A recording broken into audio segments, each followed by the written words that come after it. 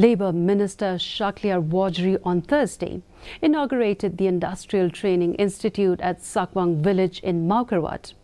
The Industrial Training Institute has been constructed at a cost of Rs 7.48 crores under Enhancing Skill Development Initiative in the North-Eastern States and Sikkim project.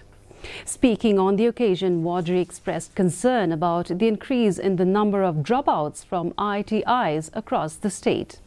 Local MLA Renington L. Tonkar expressed optimism that the training institute would be a boon for the district, particularly the young individuals who are seeking to acquire knowledge and skills through its programs.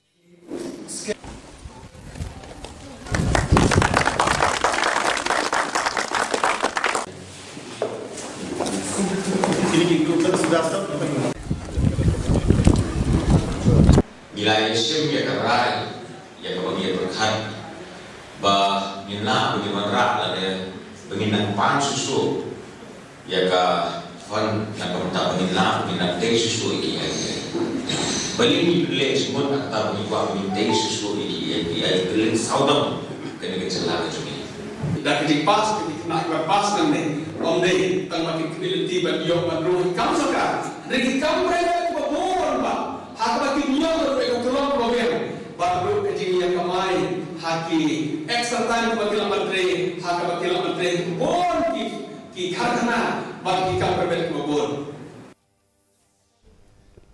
The Pradhan Mantri Ujjwala Yojana gas